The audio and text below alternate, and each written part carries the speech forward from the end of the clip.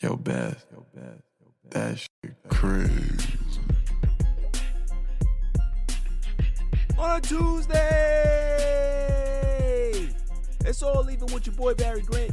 You can catch me on Instagram and Twitter at All Even Podcast. You can listen to the show on Podbeam as well as Apple Podcasts, Google Podcasts, Deezer, Stitcher, Amazon Music, iHeartRadio. I'm all over the place, man. And trust me, go to YouTube, hit that subscribe button, like, share, and comment because the page is growing, baby. That All Even wave, get on that wave. Lots to get into. Russell Westbrook, is it really working in LA? Is he bugging or is he not? With his latest comments. We got Bryson Carver from Carving It Up is on the show tonight. I'm sure he has some comments to say about Westbrook. We're going to talk about the NFL, Dallas Cowboys, the Jags coaching search, a lot of stuff going on tonight on a Tuesday. And then the greatest segment on the planet, Dummy of the Week. So let's just jump right into it. The truth hurts, y'all. You know, when somebody tells you about yourself and it's actually true, it can really sting. It can burn. You know what I mean? You can get mad like, yo, you ain't had to come at me like that. But at the same time, it's the truth. Somebody can be able to tell you, yo, listen, man, you know, your hygiene ain't all that great. And it may be embarrassing. You may feel a way, but it's the truth. A lot of us don't like the truth. That's why sometimes we avoid doctors because we don't want to hear the truth about how bad our health is. We don't want to go to the dentist because dentists will tell you the truth about how bad your teeth are. So we always try to avoid the truth because the truth can really, really suck. I bring this up because Karl Anthony Towns was on a podcast or something like that and talking about Russell Westbrook. And, you know, he's saying that, listen, you know, he's a great player, a Hall of Fame player, but he just plays too fast. You know, he's erratic. He just does things that, listen, you can't win that way. You know, it's more about the stats than it actually is winning. And he also said that, you know, he's a Hall of Famer. You know how hard it is to get triple doubles? So he's giving Russell Westbrook his flowers in regards to how great he's been over his career. But at the same time, he's giving him the truth. He's giving us the truth about who Westbrook is. The problem is that people probably don't want to hear it. Maybe Russ doesn't want to hear it. You know he doesn't want to hear it because stubborn, set in his ways. But what Cat said is true. Stat stuffer, stat patter. All he cares about is triple doubles. It's not conducive to winning. Russell Westbrook has never won. Russell Westbrook has never gotten close to winning when he's doing it this way. Yeah, he got to the NBA Finals with KD and Harden, but he wasn't putting up no triple doubles back then. He was a part of a team and a system and played a role. All of a sudden, Durant leaves, Harden leaves. He now believes that triple doubles are the way to go, and it's not. This is the problem that they're having in LA right now. Is that you have a guy that doesn't care about winning. It's more about stuffing the stat book. And he believes that if I don't get triple doubles, I'm not effective. Not the case. Then you had Draymond Green come out and say, oh, you know, we got to stay tight with the brotherhood. This has got to be a brotherhood. You can't be talking about your brothers and all that. Okay, I understand that part. And if you want to defend him, that's fine. But the truth hurts. He may be defending his brother and the fraternity of the NBA, but I can guarantee Draymond closes that door and goes home and he's like, yo, Cat was wilding, but he ain't wrong. I just don't like the way he did it. That's the reality of it. That's the truth. Is that everybody knows that this has been Westbrook for years. The truth. Everybody has realized that this is who he is, and teams kind of shy away from acquiring him because they know that it's not about wins. They understand that. And honestly, were they wrong? No, they're not wrong. You're seeing the struggles that the Lakers are having right now. You're seeing the fact that doesn't care if they win a championship or they lose. He's fine. Doesn't matter if he has 9 turnovers in the box score. Doesn't matter to him. The sun will come up tomorrow. His words. So this is what I'm saying is that you have a guy that doesn't really understand what it takes to win, but he's also not willing to change. He's also not willing to bend how he plays the game because to him, there's nothing wrong with him. Everybody else has to catch up. That's the problem with Westbrook, is that the truth is the truth. And even though it's punching him in the face year after year after year, he just turns the other cheek and keeps it moving. Instead of turning around, facing the truth and accepting it and understanding how to move forward. Russell Westbrook is stuck in a time loop, and he will be there until his career is over. Coming up after the break, I got my man Bryson Carver on the show. We're going to, chop it up for a couple things. On a Tuesday night, it's all even. Yo, it's your man DJ G Money from that Flip the Script podcast. You see it? We in the studio right now. Flip, shut up. You got it? Whoa, listen. Shout out to the All Even podcast. My man Barry Grant Jr. What's up, man? What happened? What you want to say to the people? Shout out somebody else's podcast? Yeah, my man got the joint. What's up? All Even. All Even podcast. Yo, it ain't even up here, boy. We put this yo, what's up, man? All Even. Yo, oh my God. What's up with you, man? Now that's a shout out. You keeping this? Yeah, keep all that.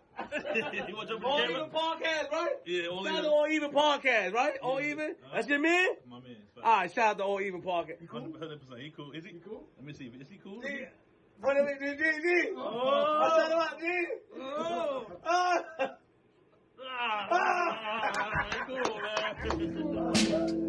Welcome, everybody, to my co-host section of the show. I have my homeboy, Bryson Carver, on the show. You can catch him on Mondays, Thursdays, and Fridays on Instagram, Twitter, Facebook Live. You can catch him on all major streaming platforms, carving it up. What's going on, my man, Bryson Carver? How you doing? What's up, my man, Barry? It's great to be back on All Even. It's been a minute. Yes. It's great to be back on here. I had you on a couple times in the last few weeks.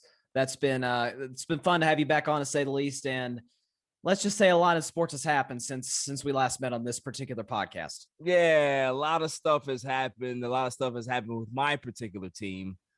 Actually, both my teams right now, both trending in different directions, obviously. But let's kind of get into the biggest topic of the day, shall we?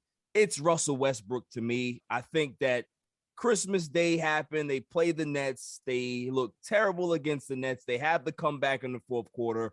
Russell Westbrook plays horrible defense on Patty Mills. The rest is history. And the post-game comments are what everybody's talking about right now. If you go to all the particular, sport shows, Colin, Undisputed, everybody's talking about Russell Westbrook. Now, I want to get your particular takes on what do you think about that particular press conference? What did it say to you? And what do the Lakers do after that? Can they galvanize their team together? Can they come together? Or is this something where they're going to have a private meeting with a Russell Westbrook to kind of understand what he's talking about, where his head is at, and can they be able to go ahead and salvage the season? Let's start with Russ. This is it's a good kind of a look into how he looks at the game, how he looks at his career and his and just in general. He loves basketball. Nobody's questioned that. Nobody's questioned his commitment, his work ethic. That's never been the issue. Passion. That's never been the issue ever with Russell Westbrook. Right. The problem is he's content with just putting up big numbers. We heard what, Draymond Green said or excuse me, what Karl Anthony Towns said, and Draymond responded, of course. But with Russ, we get the triple doubles. We get the stats, we get the highlights, we get a lot of things. But the number one thing I've always said, he's a first ballot Hall of Famer, and nobody's questioning that. He's an MVP, he's a multi-time All-Star, and he's going to be the triple-double king for years to come. Right. But he's not a winning basketball player. That's two different things. No. There's been a lot of players in the history of the NBA that talent-wise, it ain't even close. And they bring winning intangibles to the table. They bring the self-awareness to the table.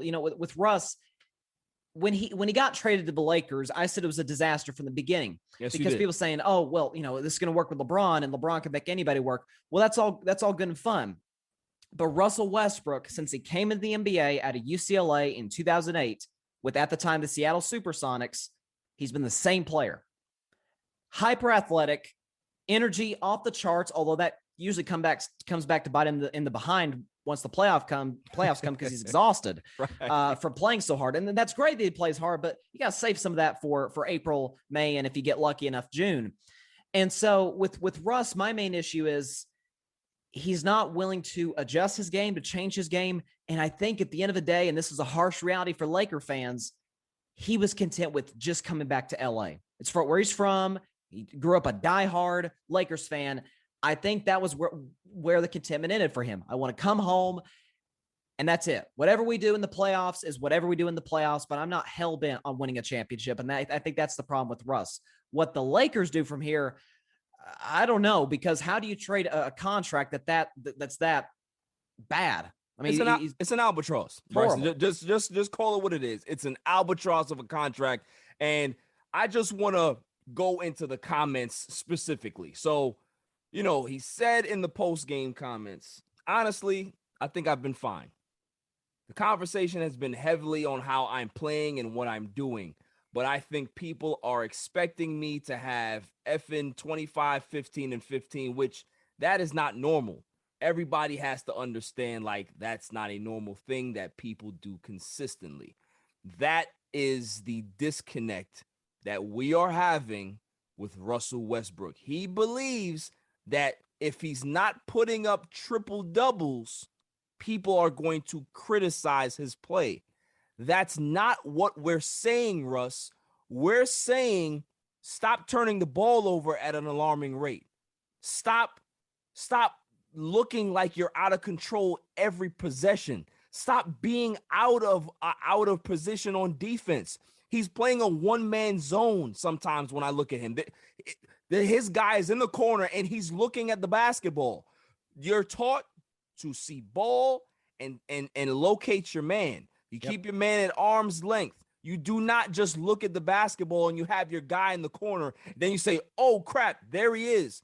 That's what Russell Westbrook has done all season. That's what he's been doing the last 4 out of 5 years when he's averaged triple doubles, is that everybody is so caught up in the 2020 game that he had, but they don't understand that it comes with turnovers. It comes with stupid bonehead decisions. It comes with not slowing down and understanding pace and tempo in a basketball game. It comes with not understanding, possession basketball, where the first 2 minutes of the game are not like the last 2 minutes of the game. It's completely different basketball. He doesn't understand that because his basketball IQ is so low. So this is the disconnect between Russ, maybe the coaching staff, maybe the fans, maybe just everybody in general, is that we are not telling you to get triple doubles. We're telling you to be a smart basketball player. And maybe that's asking too much. What are your thoughts on that, Bryson?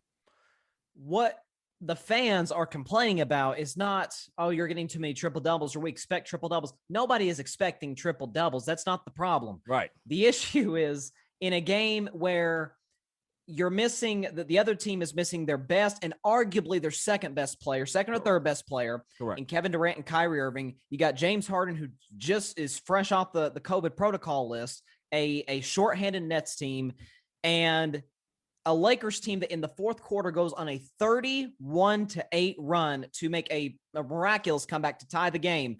Despite that massive run, despite the fact that KD and Kyrie are out, you're a minus 23. The highest in the game. Minus 23, 20% from the field, 0 from 3. Hey, but you got your triple-double.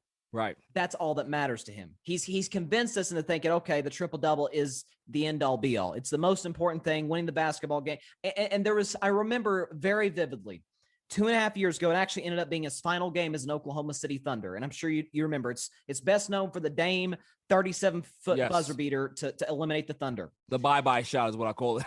The bye-bye shot, right. So in that game, OKC's got a big lead. Paul George is going ballistic. He's hot. He's hitting clutch shot after clutch shot.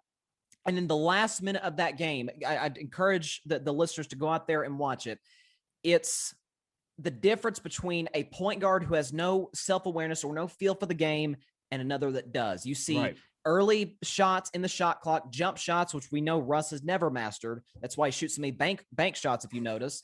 That's what he does. And you got Dame, who's constantly looking up and down at the shot clock and at the game clock, getting layups inside, getting and ones. And of course, we all know the shot at the buzzer, leaving no time for OKC to have one final opportunity. So it's as you mentioned, it's the lack of basketball IQ.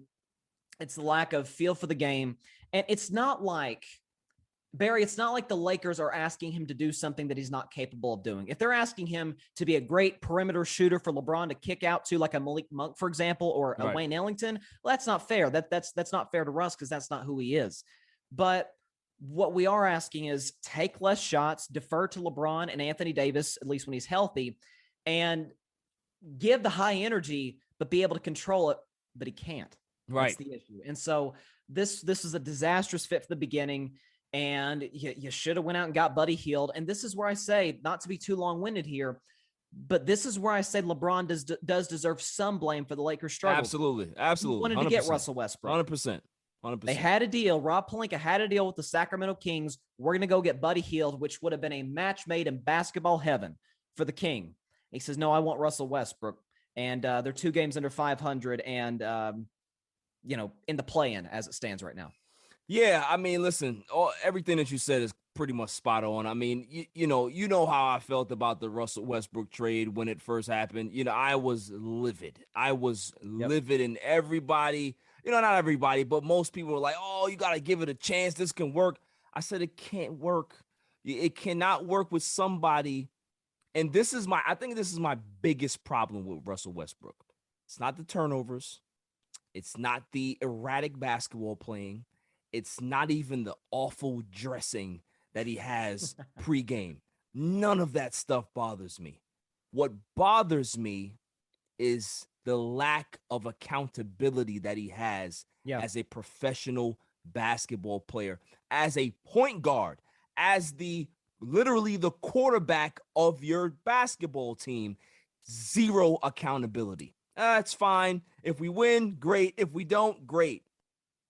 You can't come to LA with that mindset. You can go to OKC. You can be in Houston. You can be anywhere else, other than a few other places. He can't go to Golden State behaving like that. He can't go to the Lakers behaving like that. You cannot go to San Antonio behaving like that. There's a certain level of professionalism and drive that those particular places are demanding of their athletes. And when you have guys like Russell Westbrook and you have guys that are waffle kings like Anthony Davis, this is why you have people that have issues with them. It's not the fact it's not their basketball play. Yes, you can be able to have bad games here and there, but it's the other things, the intangibles, the lack of awareness, the lack of accountability by both of these guys, especially Russell Westbrook. That's the part that bothers me the most, because it's not even the fact that, he plays bad. He misses 16 shots, but you got your coach, The coach is behind him. He's like, oh, he missed 16 shots, but he took good shots. Still trying to prop up his player. Can we hear from Russell Westbrook even one time? He says, you know what? I played like crap. I really need to get things going. Our 5-game losing streak is not acceptable. I don't like losing. I don't like losing like this. We're going to figure it out. We're going to see how we can be able to maybe, try to optimize our lineups the best of our ability. But please just, give us some time. We're going to figure it out. I'm going to make sure that we don't fail. No, it's fine. It's fine.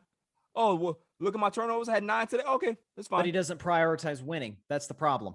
He does not prioritize winning. His career shows you that. Yeah, he's one of those guys that when I was playing basketball, Bryson, after every basketball game, no matter if you won the game by 20 or you lost the game by 20, you had guys that would run to the stat book, and they would always look at their stats and say, oh, okay, I had 30 and 12, but you lost by 20. So how impactful was your 30 and 12? Don't really care because you got your numbers, right? That's Russell Westbrook. And I'm telling you, man, this is not going to end well. I've already said it that I will take a book of stamps for Russell Westbrook, and I mean it. I wish basketball was like baseball, where you can be able to tell the teams, listen, we will pay 98% of this contract if you just be able to take the player, give us a couple prospects, and move on. I wish the NBA was like that. I wish that you can be able to eat a big chunk of that money and just remove the guy from the team. Because, correct me if I'm wrong. I know I'm long-winded, but I'll let you get in a second. If they remove Westbrook and just put LeBron back at point guard, you have those shooters out there, I honestly believe that the Lakers would be better. Not saying that they're going to be a championship team. They won't even be marginally better. They'll be exponentially better. What are your thoughts on that one? Well, I mean, there are runs in the game. Like I mentioned, the big run they made to come back on Brooklyn on Christmas evening. There are points in the game where Russ comes out and LeBron is in the game, and you're like, wow, this doesn't look like the same team. Right. And so, I mean, again, one of the issues with Russ is not even just his playing style. It's just the fact he didn't fit with LeBron. Yeah. It's LeBron, one of his very few deficiencies, he's not good off the ball. Well, neither is Westbrook.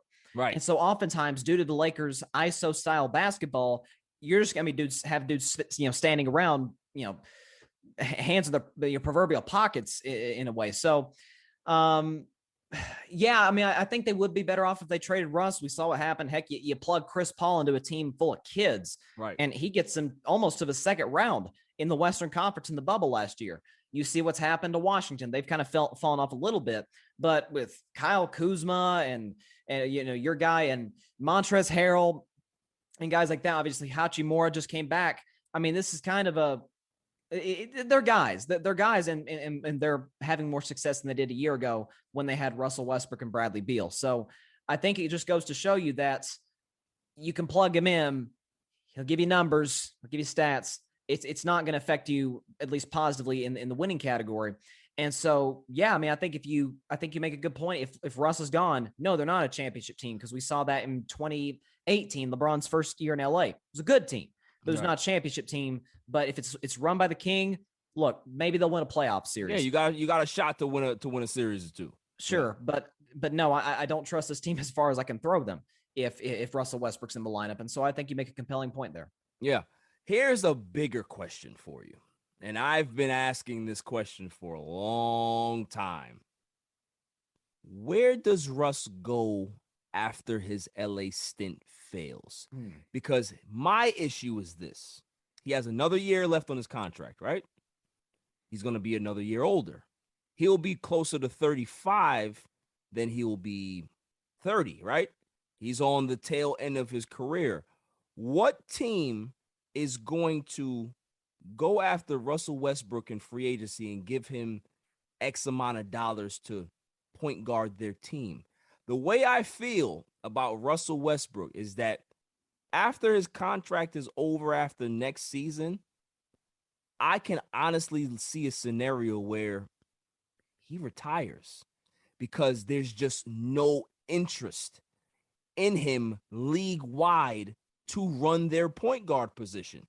And it may just end up like Allen Iverson, where they want him to come off the bench, and Allen Iverson was like, I'm not coming off anybody's bench.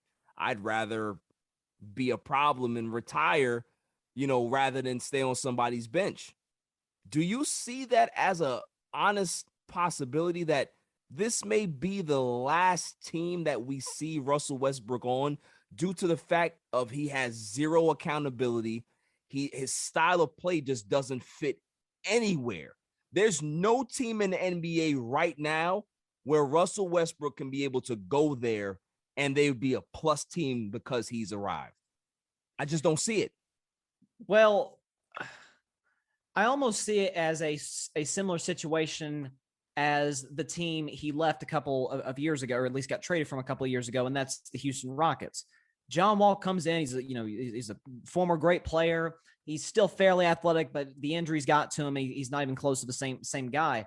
But if Russ doesn't care about winning, there'll be plenty of losing teams that'll take him. And I think that's what's going to end up happening is you'll have a team like maybe Oklahoma City brings him back. Right. Maybe OKC brings him back, sell some tickets.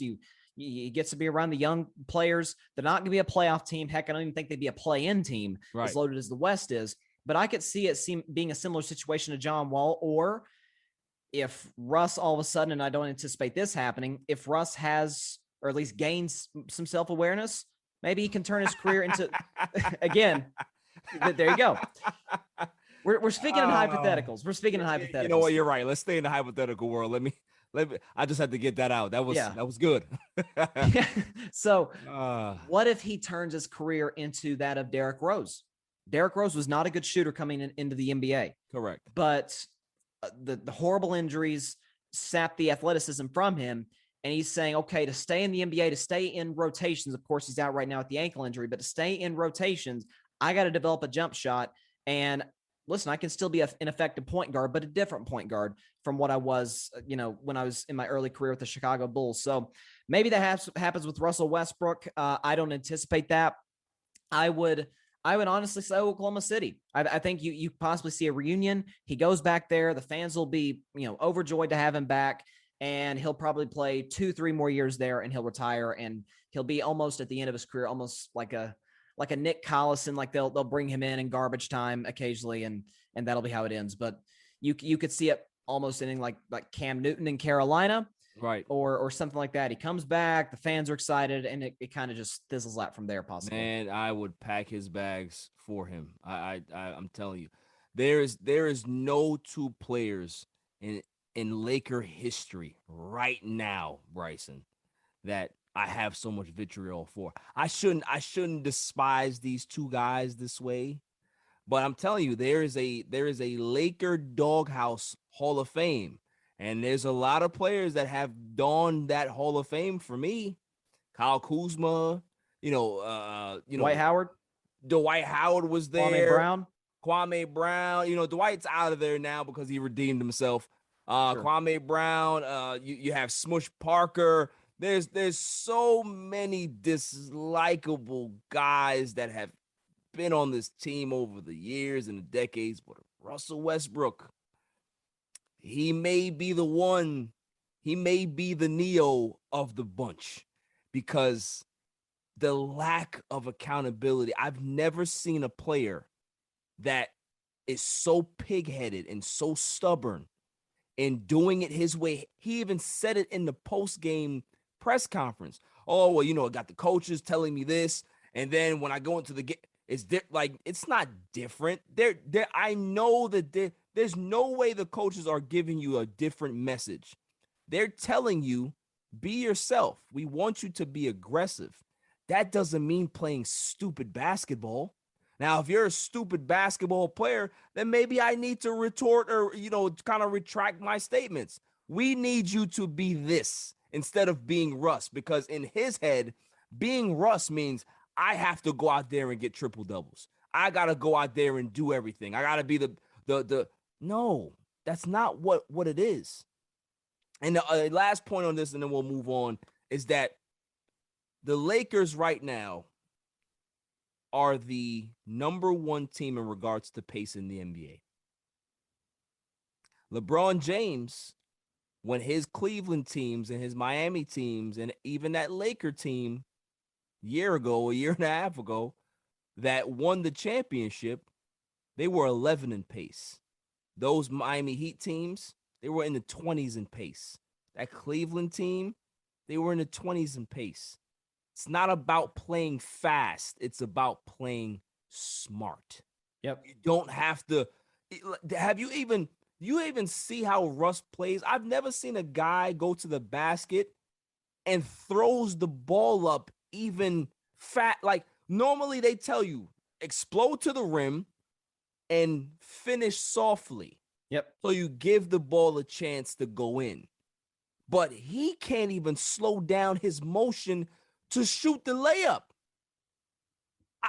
I've never seen anything like it. It's like, this is a grown man. He's been playing basketball a long time. And he looks like a guy that just picked up a basketball yesterday. Yeah, I mean, you see some of those shots. He's flinging it up in the air. They'll go into in the second row, actually, really the fifth row of the seats behind the basket. Bryson, the air balls is what gets me. He shoots the air ball and then he looks at his hands and then he rubs. It's not your hands. It's you. It's you. It is you. There's nothing slick on your hands. There's nothing. It's you. It is you. And last thing before we get to your next point. When Kevin Durant left OKC in 2016, people were pissed at him for two reasons. One, why did you go to the team that beat you? Why did you go to this loaded 73-9 team? I don't know if that. Hell, I'm still there. I'm sorry. Yeah, I understand. And again, I'm stepping back objectively. I'm a Warriors fan. But I'm stepping back. I understand. Yeah. I get that side of it from people's criticism, but are the same people still criticizing him? Those same people saying, "Man, you shouldn't have left your guy Westbrook." Oh, no. Listen, I want to apologize to Kevin Durant. I don't apologize to him often, but I'm definitely going to apologize to him now. I am sorry because I was one of the guys that said, you know what? Westbrook is the engine of the Oklahoma City Thunder. He's the one that he's the one that makes it go. No, I apologize because if he had to deal with that for how many years? 9, 10? 9. No, 8. They were together 8 years. There are no words to be able to just express my deep sympathy for that man. To have to deal with that for all of those seasons, to have a guy shoot that much more than you for all of those seasons when you're the efficient basketball player. You should have been getting 20 plus shots, not him. Can you imagine how refreshing it was? Take the Warriors aspect out of it, going from that guy to the unselfish superstar that Steph Curry is. Goodness. Man, it must have been that's why I was like, he left the Warriors for Kyrie, but hey, who knows? KD's a complex guy. He's a complex guy, but listen, even the weirdo Kyrie Irving, as weird as he is and as much of a headache as he is, that man runs laps around Russell Westbrook. Because at least on the basketball court, you can be able to find your way with the Kyrie Irving. Yes, he's ball dominant. Yes, he can be able to be a ball stopper at times, but he shows up. He's an efficient basketball player, and he doesn't make bonehead decisions on the court. This dude, you can love him off the court, but when you're on the court with him, you want to fight him. Like, I'm on my couch, and I want to fight him. Like, I could imagine being on the court and seeing him do he's falling on the floor, Bryson, turning the ball over, falling on the floor. He's jumping up, doing passes while what are you doing? What are you doing? I don't understand it. Yeah, I'm done. I don't want to talk about him no more because I can tell it's really weighing on you. I'm starting to really get mad right now. So let's just go on to something positive. Moving on. Dallas Cowboys. I'm not going to lie to you, Bryson. I wanted a statement game. I had said this on your show. I need a statement game from Dak Prescott and the Dallas Cowboys.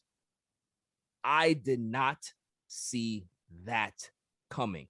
Now, is it more all right, for people that didn't watch the game, Dallas wins 56-14.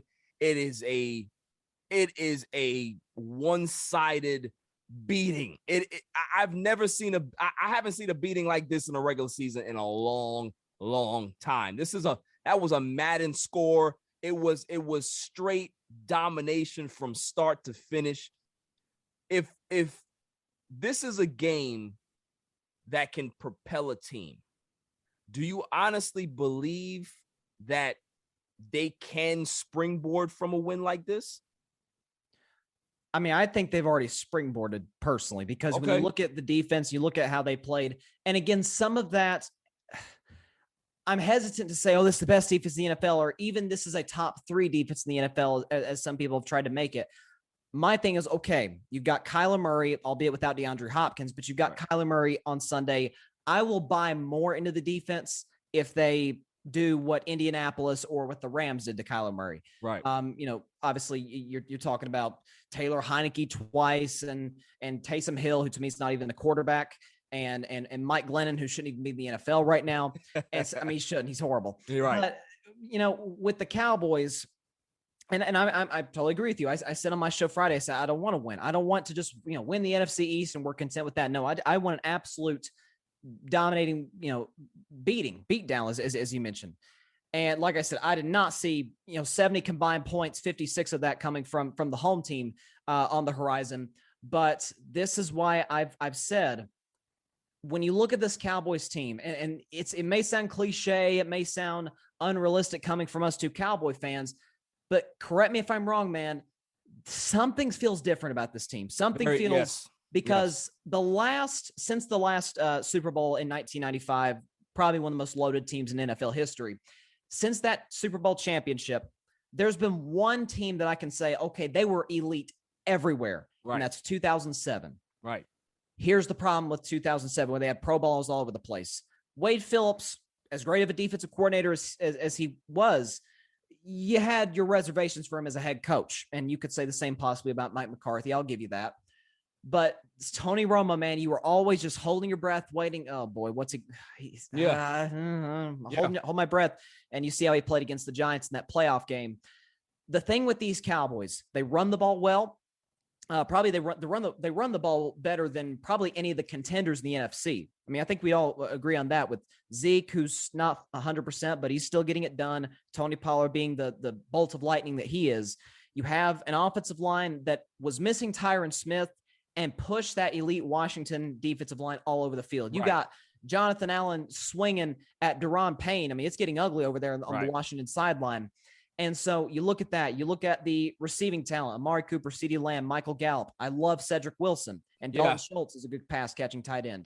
And so defensively, I'll tell you, Trayvon Diggs scares me a little bit when he goes up against possibly the Cooper Kupps or the Devontae Adams or the DeAndre Hopkins in the playoffs. But he's opportunistic. He thinks every pass is going to him. That's great.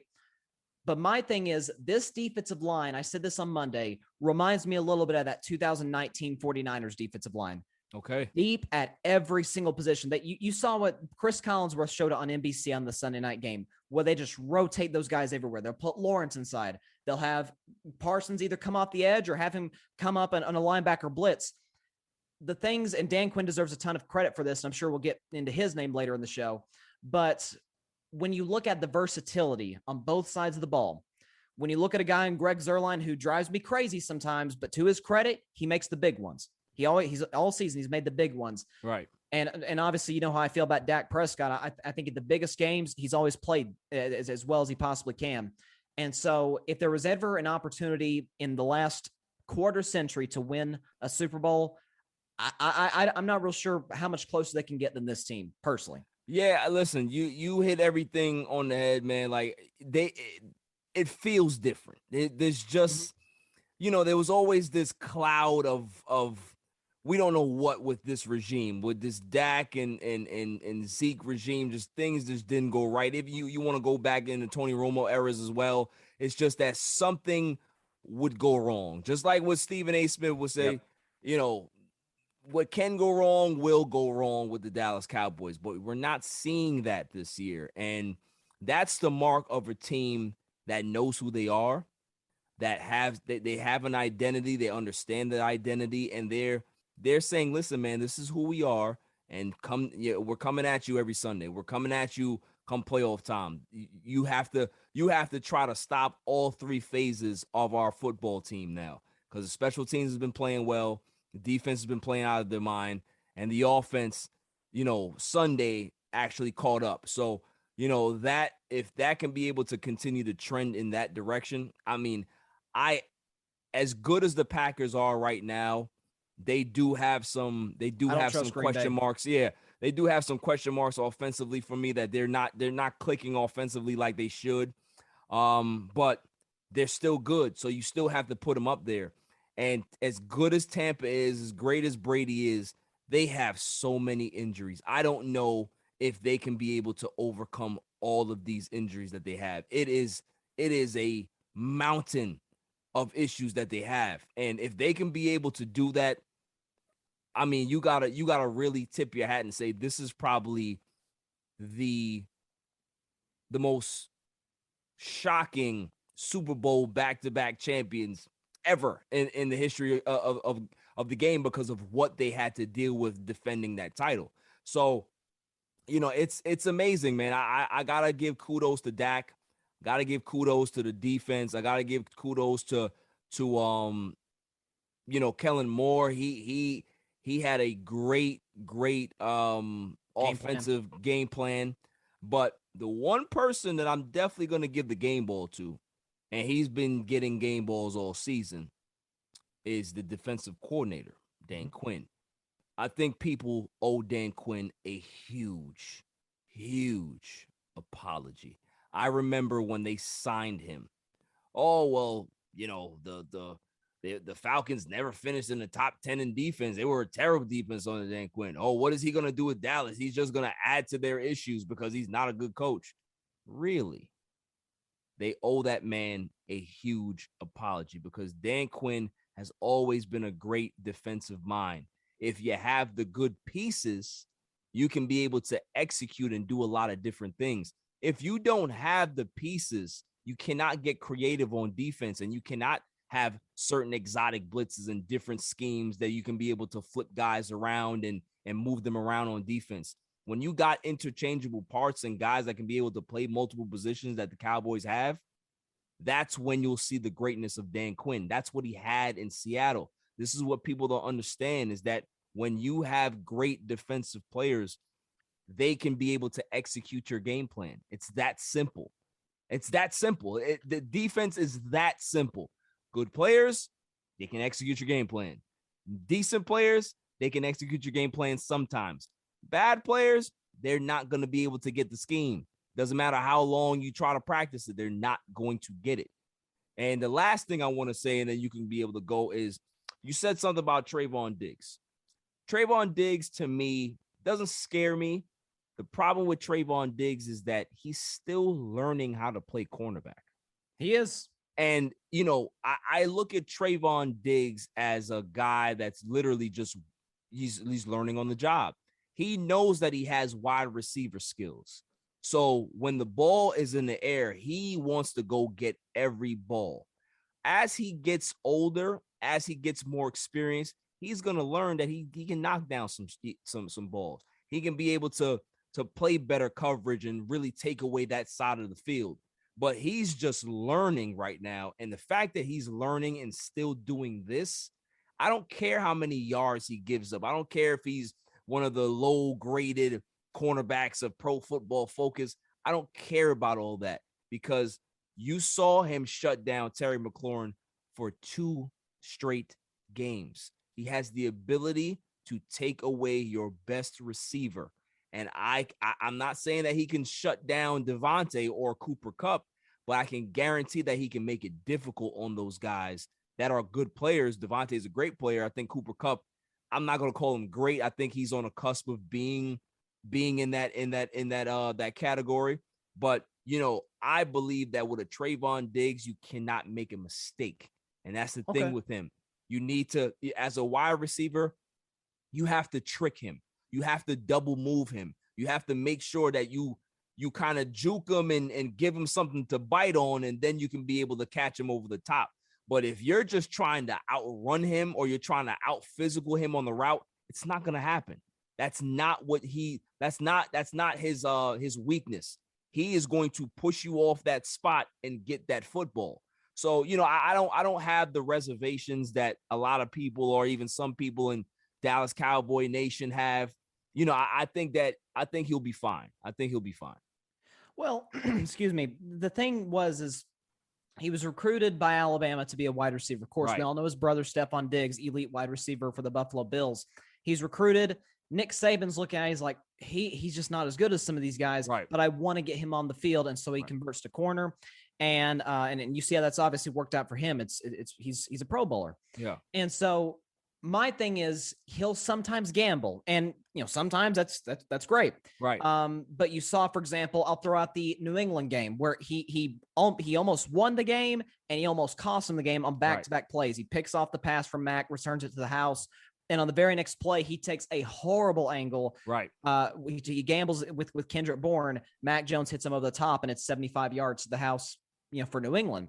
And so my thing is, with a Devontae Adams, let's just focus on him. You can't gamble, man, because he's one of the best route runners in the game. I think his speed is underrated. And probably has the best hands too. Oh, absolutely. I don't see many drop passes by 17 in Green. So you look at the chemistry. I heard Aaron Rodgers talking about today. They can just look at each other and know what they're thinking. Right. And so that's kind of the thing you got to worry about a little bit. But hey, unlike Byron Jones, for example, who he could shut you down, but he couldn't take the ball away. Byron Jones, he had lead hands.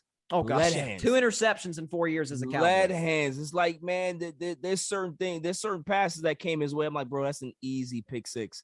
And he would just, he'd miss it, and then he'll look at his hands. Oh, I almost had it. Like, no.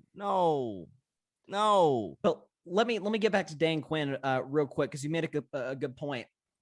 When you put the necessary talent around him, we all know what Dallas has defensively is Parsons and Lawrence and Gregory and we keep going from there. But look at, and I thought about this the other day. Look at the Legion of Boom. I mean, you got Cam Chancellor, I think borderline Hall of Famer, Richard Sherman, first ballot, Earl Thomas, first ballot. Obviously, we talk about Bobby Wagner. KJ Wright was no joke. And so when you look at that Seattle defense, after Dan Quinn got hired by Atlanta, they were never really the same. Nope. And so, yes, you can have all the talent you want, but if you don't have that guy who can, kind of tap into that and put them in the best situations to succeed, there's only so far they can go. And so I'm not saying like he made Richard Sherman, these guys, they're great players, all-time greats, but it's a perfect marriage between, you got the playmakers in Gregory and Lawrence and Parsons. You bring that with a Super Bowl winning coordinator in Dan Quinn. It's a match made in football heaven, and that's why it's worked so well. Absolutely. But I just got it before. If we're going to move on from the Cowboys after this, I just got to throw this out there. So you starting to get a little nervous about our bet? Because explain to the audience what the bet is, in case they're not familiar. Okay, so the bet is, I bet that the Dallas Cowboys are not going to get to the NFC title game. Bryson bets that the Cowboys will at least get to the NFC title game. So if he wins the bet, I have to do my show in... No, you got to come on my show. Yes, I got to come on your show. And I have to talk, I have to use an accent. Is that correct? Well, you have to, because it's a Dak Prescott back. This stemmed from when Dak signed his big deal. Yeah, I got to make sure I got to praise Dak Prescott or something like that, right? And Barry was in mourning. He was slumping in his bed. He's throwing his cowboy hat out the back door. And I'm out here celebrating with my Dak jersey. Again, for it's a podcast. I'm wearing my Dak hat and my Color Rush Dak jersey. And so we tend to butt heads on that certain quarterback. But you got to come on my show and praise Dak, and you can praise the Cowboys too in a Southern accent, because in case you can't tell, I'm from Tennessee, so I have that slight little Southern draw. If they don't get to the NFC Championship game or further, I got to come on your show. Yes. And I got to, I guess, try and do my best Stephen A. Smith impression and fake the New York accent as best I can. And I got to tell you, I'm not practicing. I'm not planning on practicing anytime soon, because they got a chance to get this first round bye. And at that point, they'll need one playoff win.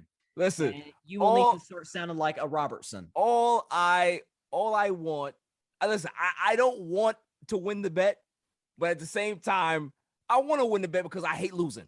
I hate losing, Bryce. If I say I want to bet something, I want to win. So I'm going against my own Cowboys, yes, but maybe it's not so bad. I'll go choose there. Which loss hurts more, Barry? I'll have a Southern twang and talk about Dak Prescott. All right, how long does this segment have to be? That is very important because I can be able to say 20 seconds and that'd be it. How long does this segment have to be? Because that's when it gets bad. You got to talk for about 2 minutes. Oh my goodness. Oh, you can't do 2 minutes? I don't know if I got 2 minutes worth of praise for Dak Prescott. I'm not saying you got to say he's Patrick Mahomes or Brady or something. I'm just saying you got to give this man his due share. That's all I'm saying. All right, I'll come up. Here's the thing. You got to compartmentalize. You got to say which loss hurts me more. Do I want to have the Cowboys with all this talent lose another playoff game, come up short of a championship game again, and be in the same group as Washington and Cincinnati and Cleveland and Detroit and everybody? Or do I want to maybe, hey, if the stars align, literally the stars align, do I want my team to hoist the Lombardi trophy? And I just got to speak in a Southern accent for 2 minutes and admit I was wrong. That's all you got to do. That's all you got to do, Barry. Admitting that I'm wrong is like poison, Bryson. Okay, that's your problem. Yes, yes. That is my problem. Because I'm never wrong. That's debatable, but keep going. Highly debatable. Highly debatable. Well, listen, don't come on my show and start throwing shade, okay? Don't do that. Shade. Don't do that, okay? I don't come to carving it up and throw shade at you. All I do is give you praise. That's all I do. I mean, you kind of you said I was like a Dak homer last time, but that I won't. You have a Dak Prescott hat on. I've never seen that. You've never seen this hat? No. You're the only person that I've ever seen with a Dak hat. But I'm loyal, man. I even got my bobblehead over my shoulder here. Listen, as we talked off air that that may be the new what do you call it? Good luck charm. Good luck charm, yeah, like the new rabbit foot. Yep. So listen, Dallas Cowboy fans out there, there's some special things happening with this team. Just enjoy the ride because we haven't seen this in a very, very long time. And, can we be able to sustain it? I don't know, but I'm happy. I'm happy with what we're seeing. So moving on. Bryson, I want to talk about a certain team that started off very, very hot.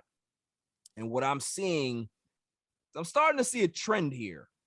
It's not actually with this particular team, but it's with the person that's actually coaching the team. Right. We're talking about Kliff Kingsbury here.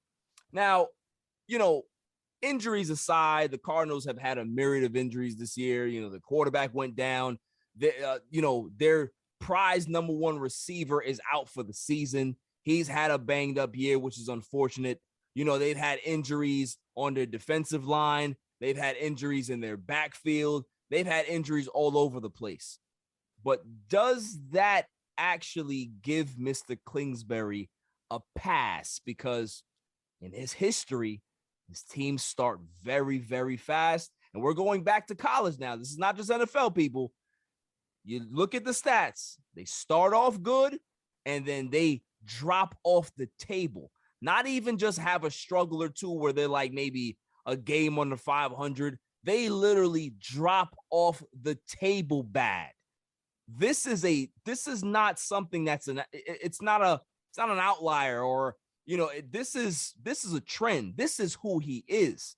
What are your thoughts on that? And do the Cardinals need to start realizing, man, as good as he might be, he's not ever going to get us to where we need to be? Well, Kliff Kingsbury is one of the reasons that I liked Arizona. I picked Arizona to get to the playoffs, not as a division champ, but I liked him. I picked Kyler Murray to win the MVP because of that offense.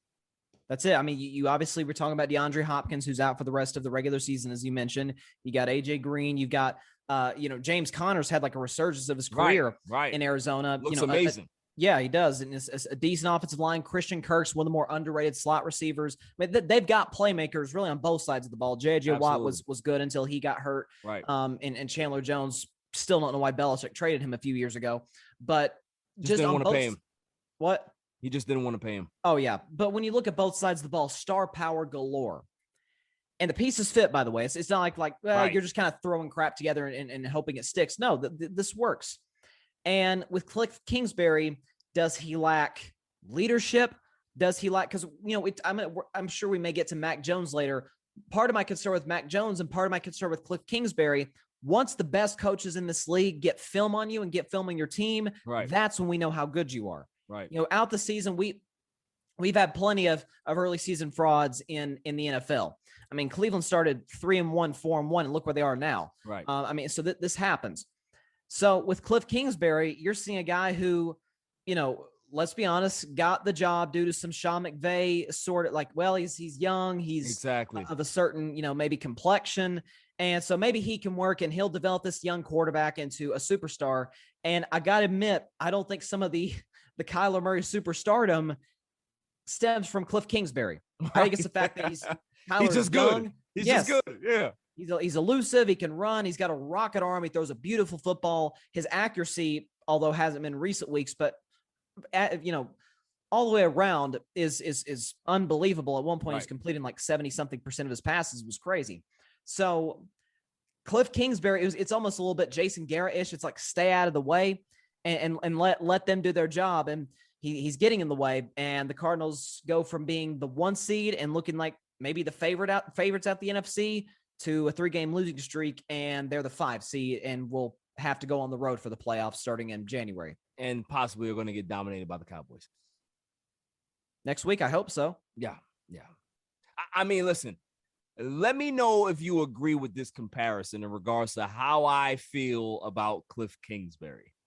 Kliff Kingsbury is the Mike D'Antoni of the NFL. I don't think it's as good as Mike D'Antoni. At the very least, Mike D'Antoni has some great offensive teams. Right. You look at Phoenix and the Knicks, and not much with the Lakers, but with Houston, it was. Why do you have to do that? Well, I'm just going through his coaching history. Why can't you just highlight the highs? You don't have to put that you don't have to do that. Well, you said Mike D'Antoni as if it was an indictment on Kliff Kingsbury. It is. I listen to me. I would love the Mike D'Antoni, sort of feel like Mike D'Antoni. The better comparison for him to me is Lincoln Riley. Like that's probably the better. Hey! Don't talk about Lincoln Riley. I love Lincoln Riley. I'm just saying. All right. Listen, I don't like Mike D'Antoni's coaching style. That's why I threw a shot at him. But I see what you're saying.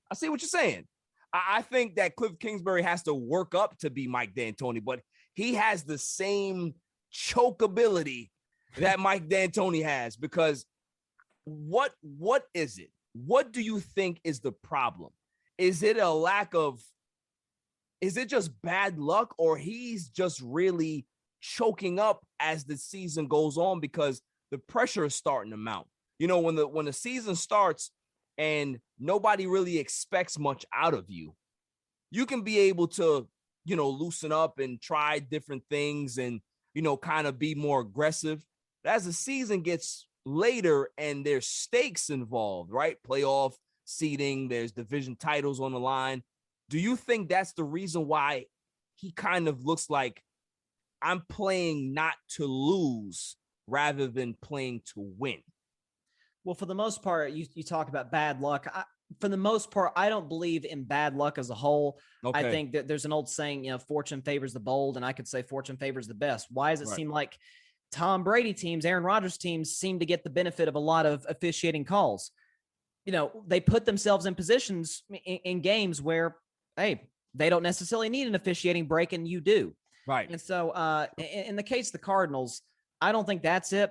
I think when you saw what they did with Bruce Arians for that short time in 2014 and 15 with Carson Palmer, I think if you plug the right guy in there, I don't think it's like some Arizona Cardinals curse. Obviously they've never won a Super Bowl, but I don't think that's necessarily hanging over the team, because no one really talks about like a big curse over the Cardinals or something. Well, I don't necessarily mean a curse over the Cardinals. I mean like bad luck with him. Is it just something where it's just like, it's unfortunate that it's just happening, or is this really who he is? You know what I mean?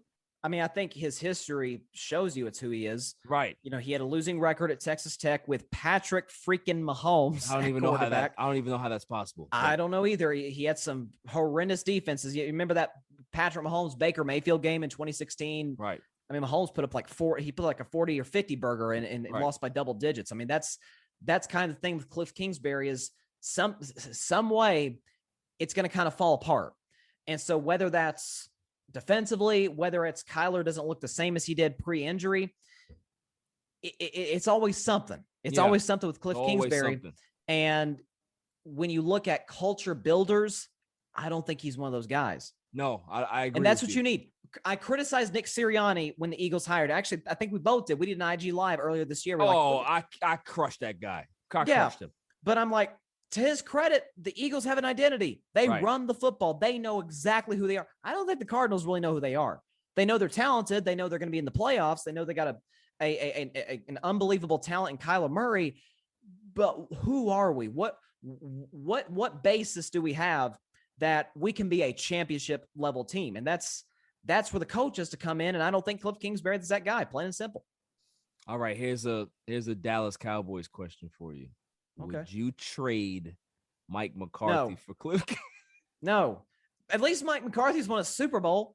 At the very least, here's what he had Aaron Rodgers. Yeah, but here's what Mike McCarthy did. It's the same thing that Ed Orgeron did. Ed Orgeron is not a good head coach. No, he's not. No, he's not. No. I don't think Mike McCarthy's that good either. But to his credit, the staff is unbelievable. It's an all-star staff. You got Kellen Moore, who's going to get interviewed for head coaching jobs. You got Dan Quinn, who's getting head coaching interviews, who has been a head coach. And you got Bones Fossil, who's arguably the best special teams coach in the NFL. Right. So to Mike McCarthy's credit, he assembled the staff. Ed Orgeron assembled the staff at LSU that, along with Joe Burrow, won the national championship in 2019. So they deserve some credit. Yes, they do. They do. They deserve some credit for that success. Now, Mike McCarthy can drive me nuts on the clock management stuff weekly, but as far as game planning, as far as knowing the ways of the NFL, the lay of the land, I trust Mike McCarthy way more than I trust Kliff Kingsbury, because you could say Kliff Kingsbury is getting by on a generationally talented quarterback. Right. Just like you can with Mike McCarthy when he had Aaron Rodgers. That's fair. That's fair. That's all I'm saying. That's fair. Listen, I just had to ask. Because sometimes I feel that Mike McCarthy just needs to go. He got to go. I don't disagree with you. But if the way they're playing right now, just keep everything the same. I don't want to change anything. Don't mess it up. Now, me and you have an issue here, Bryson. I try not to argue with you. You're my man. We see eye to eye on a lot of stuff. But this is where I draw the line. This is where I gotta come at you a little bit now, because you continue to bash my man on your show when I told you that he was the best quarterback coming out of the draft, and everybody looked at me like I had 5 heads that night. Everybody looked at me like, oh, Barry's just being Barry. He's being crazy. He's a nut. He doesn't understand what he's talking about. There's plenty of guys that are better. Really? We're talking about my man, Michael McCorkle Mac Jones. Okay? Yep. That guy, he's had a couple of struggles in regards to the last few games. Couple struggles. But I heard you bash the man for a game plan that was all about the coach and McDaniels. If he wanted to pass the ball, the coach told him not to. He's not going to audible out of that. They're running the football. They're dominating the game. Defensively, they're doing what they got to do. And he didn't need to throw the ball. That's not his job. That's not his job. His job is to do what the coach is asking him to do. You can't blame my man Mac Jones for that. And also, the game against the Bills on Sunday, they came back. They actually made it a game. Did he make the plays down the stretch to win the game? Absolutely not. But the man is a rookie. Come on. Give him a break. Give him a break, Bryson. I'm not giving him a break for the simple fact that he was overdrafted. He is, and I've said this, and it's so funny that it's sort of coming together. I said before the draft, I'm not even a big fan of this guy that I'm about to mention, but I like him more than Mac Jones. That's Davis Mills. Oh, my goodness. I'm not saying Davis Mills is not a franchise quarterback. He's not. But neither is Mac Jones. When Mac Jones, you watch it, okay? That man, look at his stats. Look at his stats. Oh, I have. Yes, I have. He is top 20 in QBR right now. Top 20. Doesn't matter. Bro, if you said top 10, okay, I'll give it 20. He's a rookie. Come on. Yeah, so was Dak Prescott, and he led the NFL in QBR his rookie year. And where has that gotten him? Where's that gotten Mac Jones? Mac Jones, I don't want to say this because I don't want to jinx my own team. Mac Jones may possibly win a Super Bowl before Dak Prescott does. Oh, my goodness. Oh, there I said it. I said it. That's how, you know what? If they have Mac Jones hats, I might have to go get myself a Mac Jones hat. Just like how you got a Dak hat, I got to get me a Mac Jones hat because you doubt the man, and then he's going to prove you wrong, Bryson. He's going to prove you wrong. No, he's not. Okay, you said, let's go to your first point about the 3-pass game against the Buffalo Bills. Yes. You say, okay, well, that's not Mac's fault. By the way, he audibled into one of those throws. So it should have been only 2 passes. Like Josh McDaniels was screaming out on the sideline. Why, as a quarterback, God forbid you throw a football? I mean, that's not like we Listen, it is like 15 below. The ball feels like a rock. You don't throw it. You don't throw it. All right. So let me give this to you. Let's throw out a guy that we don't think is a Super Bowl winning quarterback, but he's good. Like we acknowledge he's good. Let's throw out, say, Kirk Cousins. He's good. Yeah, he's good. He's had a really good year this year. He's very good. Yeah, he's good. And so with Kirk Cousins, put him as in the New England Patriots. Do you think he throws more than 3 passes? Yes, because he's a veteran. Okay, let's throw out. You can't compare that. The kid's a rookie. Come on. Okay. The Dallas Cowboys in 2016, I mentioned Dak Prescott. 𝐥𝐤𝐤𝐿 Elliott led the league in rushing with 1,600 yards. They had the best offensive line by a mile in the NFL. I agree. 3 Hall of Famers, and Dak still put up the numbers that he put up. My point to you is this. If Belichick trusts in Mac Jones, he's throwing more than 3 passes. Okay, the point blank, he's throwing more than 3 passes. Yes, they run the ball well. We see teams run the ball well every week. Every week. It's not like the Patriots just invented running the football well. We know they have a really good offensive line, bordering on great.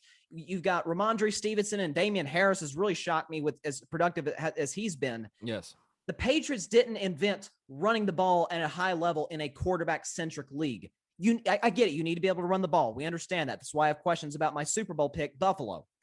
But when you look at, he had a QBR of 4 in that game. He only had 3 passes. How high is your QBR going to be? Okay. In the biggest game, do or die.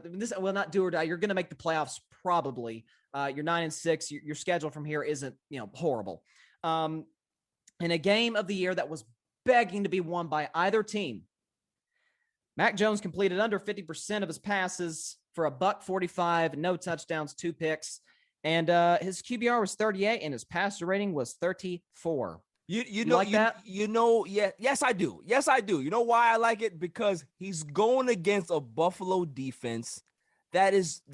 Listen, Buffalo's defense for the first half of the season was a real good defense. Then they kind of fell off the table, and they lost their number 1 corner. Right, they lost their number 1 corner. They're starting to regain some type of resemblance of that good defense again.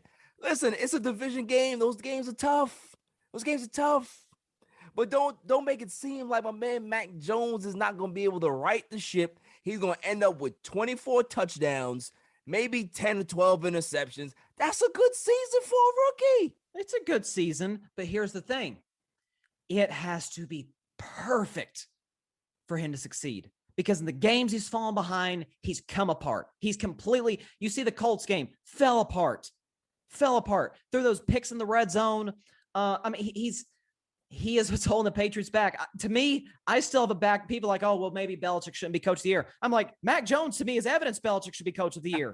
You look at this defense. You look at the shots that you're taking. Players. I can't do it. This is people talk about we're a run first team. We got a lot of teams like that. They are reliant on the run. If they don't run the ball well, good night, Irene. It's over. You know what? Mac Jones, because you just bashed him so on my show, he's going to win a playoff game. And when he wins a playoff game, I may just buy a ticket to Tennessee and we're going to have a showdown. That's what's going to happen. That's what's going to happen because Mac Jones is special. I told everybody. My goodness, you threw Mac Jones, special. He's special. He's special. No. His poise, his command of the offense, his IQ, special. Oh, listen, that's the number one thing people said about him coming out of college. He's smart. He gets the playbook quickly. That's great. I'm not denying that for a second. But the thing is, when the Patriots, as it stands right now, they're staying at the 6th seed, right? So they would go to Cincinnati to take on the Bengals. They would beat Cincinnati. They would beat Cincinnati. Joe Mixon, Joe Burrow, Jamar Chase, T. Higgins. First of all, I think that defense would have problems. I think that defense would have problems against Joe Burrow. We are talking about Palpatine here. We are. They're not going to have any trouble. I get that. They're not going to have any trouble. He's going to take away their best weapon, which is Jamar Chase. What are you going to do about T. Higgins? They ain't got to worry about no T. Higgins. He'll be all right. He was a problem at Clemson, man, and he's been a problem in the NFL. It'd be all right, Matt. You got Mac Jones. They got nothing to worry about. Nothing to worry about. Except when you go down in a game. If it's 7-0, just turn off the game. You know what's going to happen. Actually, no, keep it if you're betting on the game. We are always going to be at odds about Mac Jones until he just proves to you that, he's just that good. It's like Palpatine and Darth Vader. Palpatine is Belichick. Darth Vader is Mac Jones. He is that type of guy, all right? Silent. He's going to make sure he does exactly what the emperor wants, and he has his own power. He has his own moxie about him. That's Mac Jones. Mac Jones. Last thing. How many playoff games has Belichick won without Tom Brady? None. No, he's won one. He won one in Cleveland in the 1990s. Okay, yes. One. And again, he's a great coach. I'm not denying that for a second. To me, he's still coach of the year. Well, guess what? You just put it out there. The fact that he's only won one playoff game without the great Tom Brady. Mac Jones is here now. Oh, my goodness. This is a joke. You can't even say it with a straight face, Barry. What do you mean? I always laugh, okay? I laugh at everything. Mac Daddy Jones is here now, okay? That's what it is. Just accept it. This is unbelievable. Be happy. And I'm going to look on the internet. I want to make sure that if there's a Mac Jones hat out there, I'm going to start wearing Mac Jones hats. That's what I'm going to start doing. He's got the trademark. He's got Mac 10. He's got the blasphemy of MJ. That is a great tag. Mac 10, like that. There's two MJs, Michael Jackson, Michael Jordan. That's it. Nobody gets to use that. Nobody gets to use that. You got 3 now. You just put Mac Jones and Michael Jackson, Michael Jordan territory. You ought to be ashamed of yourself. You need a football goat, right? Hey, listen, Brady going to be gone soon. We need a Mac. We need an MJ of football. That's what we need. I can't wait to the playoffs. I can't wait. It's going to be interesting, man. It's going to be interesting. Now, listen, real quick, I want to talk about Baker Mayfield and the Cleveland Browns. Now, on your show, you said a lot of good things about what they need to do and Baker and the criticism. I don't understand why he's playing, Bryson. Can you explain to me if he has all of these injuries at the same time? His left shoulder's hurt. He can't throw across his body because he can't get the torque because he's a smaller guy, so he needs to, use his entire body to throw the football. But if you can't do this, why are you playing? Baker Mayfield right now single-handedly is destroying the Cleveland Browns and taking them out of playoff contention. That was a winnable game against Green Bay. Oh, yeah. Winnable game. And he threw 4 interceptions. Now, granted, you can say, the one over the top to Peoples-Jones, they said it could have been pass interference or whatever. Okay, cool. But even if you omit that one, there's still 3. There's still 3 bad interceptions. This is my issue with Baker Mayfield, is that he doesn't get it. He doesn't understand that the essence of being a quarterback is protecting the football. He's not that talented. And for a guy that's not that talented to be that loose with the football and not have the awareness of what to do in the pocket and where to throw the ball at, what is this, year 4, year 5 for him? This is a concern. It's a concern. Yeah, it is. And look, there's a lot of layers to this. I can't give you any specific reason why he's playing. I mean, listen, everybody's hurt this stage of the year. Like after week 1, everybody's hurt except for the guys that didn't play in week 1. Absolutely. And so with Baker, you mentioned that last play. And look, I mean, I'm watching the game as a Cowboy fan. I'm dying for the Packers to lose to possibly, give the Cowboys the number 1 seed, basically. Because if Dallas wins out, Green Bay's lose 1, Dallas is a first-round bye. Right. So I'm like, I'm going crazy when the referees don't throw a penalty on the missed pass interference call, because it was pass interference. His jersey was grabbed. Yeah. But it should have never even come down to that. Exactly. You mentioned 4 interceptions. It should have been 5. There was another one dropped by, I think it was Russell Douglas, who's been all over the place. He dropped one that could have been 5 interceptions, and maybe the Browns don't even get a last drive to win the game with the game-winning field goal. Right. And so the thing with Baker, and you hit the nail on the head. You said single-handedly destroying the Browns. I'm not about that. One player or one play is what lost the game. It's why I talked about Saints fans who were, complaining about the missed interference call in the championship game a few years ago. I said it was the worst missed call I've ever seen. Yeah. But that's not why you lost the game. You had plenty of opportunities to put that in the rearview mirror, and you didn't. True. That's fair. So with Baker, you throw the 3 picks.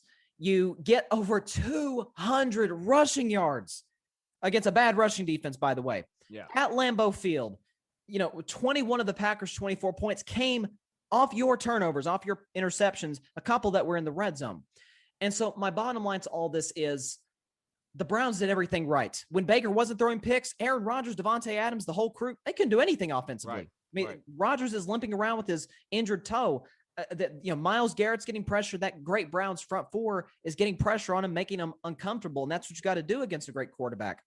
You're getting the help from the run game, and yet and still the quarterback gets in the way. Like to me, that's where Tom Brady in the early part of his career deserves a ton of credit. Like we think about Tom Brady as the GOAT and this and that. Early in his career, he was a good quarterback, right? He was part of the championship runs. He wasn't necessarily the driving force. No, it was a defense. Yes, it was the defense. It was Belichick. And so, but credit to Brady. Brady knew who he was. He said, listen, I'm going to develop, I'm going to get better. And eventually he evolved into that guy who was the driving force behind a lot of Patriots and now Buccaneers Super Bowls. Baker still sees himself as that Heisman, Oklahoma, I'm the leader of this football team guy. And if he played the Jimmy Garoppolo role, though Jimmy Garoppolo is kind of struggling at that role right now, but if he plays the Jimmy Garoppolo 2019 role, Browns win the division. They'd win the division. And that's why I said if, Case Keenum and Baker are like the same guy, basically, Case Keenum starts that game, they win. Right. They win. And so you got a guy who has a complete lack of self-awareness. He takes shots at players, coaches. We and I know the two of us completely are lockstep on this. It was all Odell's fault, right? I think it's still Odell's fault. It's still Odell's fault because he just destroyed the locker room, apparently, even though Browns players were like liking posts of him and his dad saying, get my son out of Cleveland. And so I don't think the locker room buys him. I don't think the coaching staff buys him. And I think the Browns need to go hard for that frustrated guy in Seattle. And if the guy in Green Bay is still frustrated, go after him too. And listen, as risky as it would be, if you think it's in the best interest of your organization, go after the frustrated guy in Houston. Yeah. Listen, I think any of those options that you just mentioned are miles better than Baker Mayfield. Country miles. I mean, the guy, he's just not. Listen, when he came out, nobody saw him being the number 1 pick in the draft. He rose up the boards very late in the process and ended up becoming the number 1 pick. Everybody was talking about Darnold. I mean, look how these 2 quarterbacks are actually panning out now, right? Yikes. But, it's just, if they go ahead and commit long-term to Baker Mayfield, the Browns will never win again. They will never even get close to being where they want to be as an organization, because if you hamstring yourself with a bad decision maker, at your quarterback position, there's not a lot of teams that can be able to recover from that, in regards to it takes years. It takes years for you to get from under that. So they got to cut bait. They got to go ahead and draft a guy. Like you said, if they want to trade for somebody, that's fine. But Baker Mayfield ain't it, man. And you put Mac Jones, give me Mac Jones on the Browns right now, and they win 2 more games. They win 2 more games. I don't disagree with you. This is the concerning part, is that this guy is in year 4 and he's still making bonehead decisions. And, you hear rumblings that him and Stefanski are not seeing eye to eye. It's always somebody else's problem. It's always Odell was the issue. He's forcing the ball to Odell. Nobody liked Freddie Kitchens. Nobody liked Hugh Jackson. Nobody like. He did Hugh Jackson dirty. Oh yeah. Is it really Hugh Jackson's fault? When we think about, wasn't it under Hugh Jackson that he had his actually most productive year? His rookie season? It is. Correct me if I'm wrong. Like, everybody was like, he had the best rookie season other than Dak, and you got Herbert and these guys now, but he's historically had one of the best rookie seasons ever. But that was under Hugh Jackson, wasn't it? That's it. And I think he broke Peyton Manning's touchdown pass record for a rookie. So it's like, oh wow, the Browns found their guy. And Cleveland deserves, we talked about LeBron, he does deserve some blame for the Lakers' struggles. Cleveland, the Browns upper management, and I think Andrew Berry's a great general manager, but they deserve some blame in this regard, where the Browns for the better part of the last 2 decades have been the literal laughingstock of the NFL, because we all know what Cleveland sports is and represents. Right. The Browns were in that same category with Detroit and Jacksonville, and for a little while there, Cincinnati. And for Cleveland, I told you this on the show before, that the greatest, and again, I can't take credit for this quote. 𝐦𝐤𝐤𝐤 said this: the biggest enemy of great is good. Because if you're bad, no one wants to be bad. You want to get out of that hole. Right. But when you're good, it's comfortable, right? You don't have to go the extra mile, because as they say, the extra mile is never crowded. And the Browns have been crap for 20 years, and now they're good. They're a good team, right? And they could be great if they make the change at one position. They've got everything. Right. Running game, best offensive line in football, defensive line. Right. The defense has taken big strides from last year to this year. Absolutely. Arguably, absolutely a top 5 defensive player in the world in 𝐤𝐬𝐤𝐿 Garrett. You've got even without Odell, you've got Jarvis Landry, and you've got Higgins, and you've got Hooper and 𝐥𝐤𝐤𝐿 and Peoples-Jones. And you got the coach of the year. You got everything. But it goes to show you, if you don't have that guy to lead your franchise, there is only so far that you can go in the National Football League. And that's the problem with the Browns. They're too content with being good that they don't want to go the extra mile, the extra risk to be great. And that's the problem. Yeah, 100%, man. 100%. I couldn't have said it better. So moving on, Jacksonville Jaguars are, they're in a coaching search right now, and the names that are popping up, Bryson, are pretty interesting. Who do you see is a good fit for that dumpster fire over there? I can't see many of the candidates at all, turning them into even a playoff team. Forget championships, just throw that out the back window. Right. With the Jaguars, I think they need to make an intentional sort of objective. Find an offensive head coach. That's great if you can get a defensive guy in there, but you've got a Trevor Lawrence who we've hailed as the next Hall of Fame quarterback for 3 years, right, since that freshman year at Clemson, where he, was part of that mollywhopping of Alabama in the national championship game. For 3 years, we talked about he's got next. And you see the Urban Meyer, we all know what a disaster that was. And so you need an offensive coach. You need a guy who can develop him into the superstar talent that he's capable of being. It's going to take a lot of work on the skill position players. The offensive line is awful. The defense is even worse. And so as a team, they got a lot of work to do. The good news for Jacksonville is they're in a bad division. Right. AFC South, Indianapolis is really good. Tennessee is consistent, but Houston's a dumpster fire. We know what they are. Houston, Jacksonville in the same spots. The difference is Jacksonville has their guy. They've got their franchise quarterback. I don't know if Houston does right now. And Houston has their guy. The guy just doesn't want to stay. Yeah. Oh well. Yeah. He's. I totally forgot about Deshaun Watson just now. He wants out. It's a horribly run organization. Yeah. Back to Jacksonville. I've heard that the two names today they mentioned Byron Leftwich and Dan Quinn. And this is not take the fact that I'm a Cowboy fan out of this. If Dan Quinn goes to Jacksonville, I think it's a mistake because he's not what you need. You don't need a defensive mind coaching Trevor Lawrence. That's not what you need. Have you ever watched the movie Celtic Pride, Bryson? I have not. No. Okay, so Celtic Pride was a movie about these two Boston fans that decided to kidnap a basketball player on the other team so he wouldn't play in the finals. That's what we're going to have to possibly do to Dan Quinn. We're going to have to tie him to a chair at Jerry World and say, you're not allowed to go to Jacksonville. You just need to cool out. Like, we don't need you soiling your reputation after what you did this year going to that dumpster fire of an organization. The other guy that I'm going to have to tie to a chair is Byron Leftwich. Yep.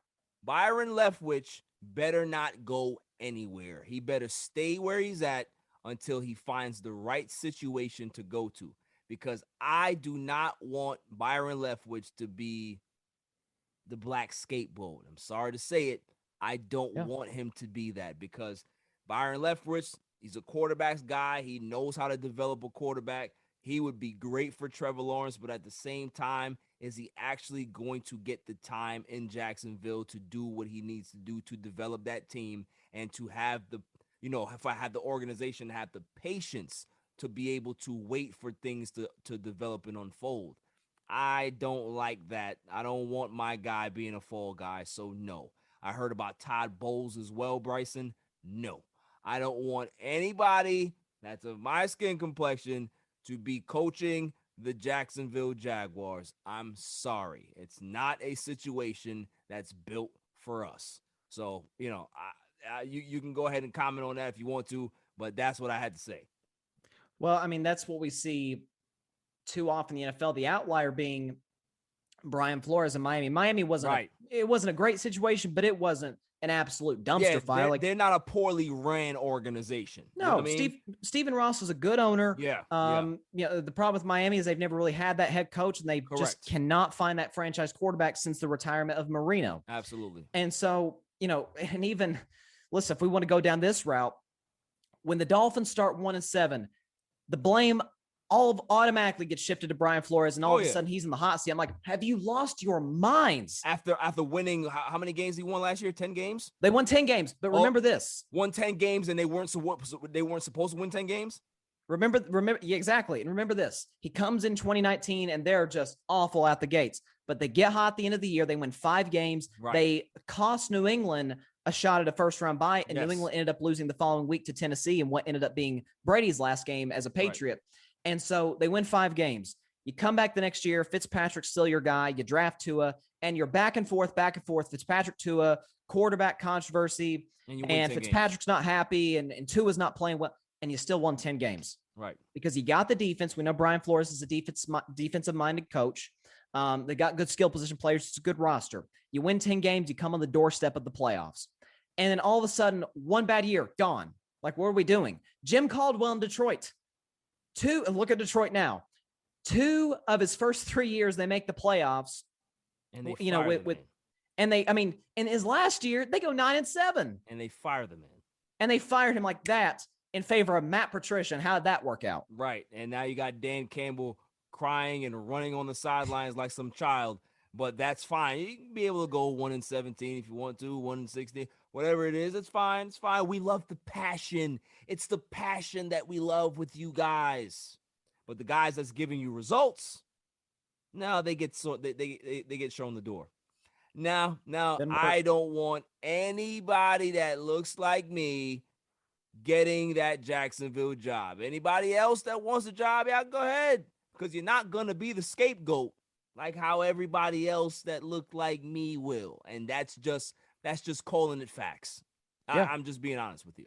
No, you're right. And how about, Byron Leftwich? I got a good destination for him. How about Chicago? Oh, Chicago. Yeah. That's a good ownership group. Nagy's on his way out too. Yep. Nagy's on his way out. You're going to hire a new general manager, and you've got Justin Fields right in front of you. That's you actually rebuild the offensive. That's pretty good. Yeah, I mean, you got the franchise quarterback. You rebuild the offensive line and the defense, which isn't bad. It's just had some injuries, and so that would be like if Leftwich got the job, or even Todd Bowles. Although I think Leftwich would be a better fit if they got the job in Chicago. I'd be jumping for joy. Good for them. Good for Justin Fields. And here come the Chicago Bears for the next few years. Jacksonville, I'd say, will they give him enough time? Will they let him develop a culture? And I mean, that's. With Dan Campbell, and listen, I ridiculed the move from the beginning. And listen, Dan Campbell's, he's easy to root for, right? He's a nice guy. He's like you said, the biting kneecaps, which I've made fun of every single week on my show. I even did a little Oprah skit out of it. The thing with Dan Campbell is we talk about, he's got the culture. Guys, he's won 2 games. What culture are you talking about? What culture are you talking about? He's embraced Detroit culture and losing. That's what he's embraced. It's the same guy. Every coach that comes in there, except my man Jim Caldwell, they all look the same. They all have the same template. They all kind of had the same type of exuberance. Well, not Patricia. He was more of a Belichick drone. But, they lose. They lose. I mean, Jim Caldwell, if it's not for what was clearly a pass interference on the Dallas Cowboys, they probably win a playoff game. Hey, there you go. That's fair. That's fair. I'm just saying it. I think you're right on the money on this stuff. I'm telling you, man. I think Kellen Moore. I would be okay with Kellen Moore leaving and going to Jacksonville. I would be, because that would be a situation where he can actually go there and grow. He'll have a good young quarterback to be able to mold. I think that'd be a good situation for him if he decides to leave. I just don't know if Kellen Moore has the head coach leadership intangibles that I don't think so. I think you're right. I think he's more of like Josh McDaniels, to be honest with you. He's an academic. Yes. I completely agree. But he has to see. He has to try it out to see. He may end up going there and failing and then coming back. But he has to at least try, because Josh McDaniels realized that I think I'm just good being a coordinator. I don't do the head coaching thing pretty well. You drafted Tim Tebow. Yeah, I'm not received pretty, well around the league in regards to being a leader. I'm a great offensive mind, but that's where it ends. You know what I mean? That's where it ends. It's just like North Turner. As great as North Turner wasn't really a great head coach, but he's a hell of a coordinator. Hell of a coordinator. One of the best offensive minds in this game's history. 100%. So, it's just some guys are just built that way, and that's okay. That's okay. But, I'd like to see more. But like I said, Leftwich, Todd Bowles, anybody that looks like me, stay away from Jacksonville. Eric Bieniemy, just stay in Kansas. Don't even worry about not getting an interview. You should be happy to not get an interview in Jacksonville. Be happy. Be very, very happy. Moving on to the last thing before I let you get out of here, Bryson.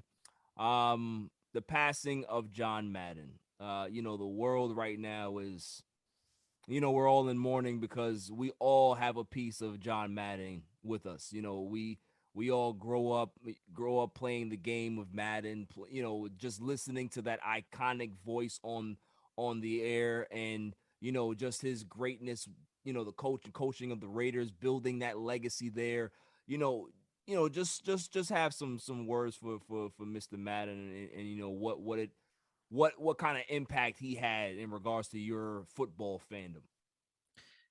I mean, for me personally, he had a huge football fandom and on my football fandom, and I'm sure a lot of people could say the same.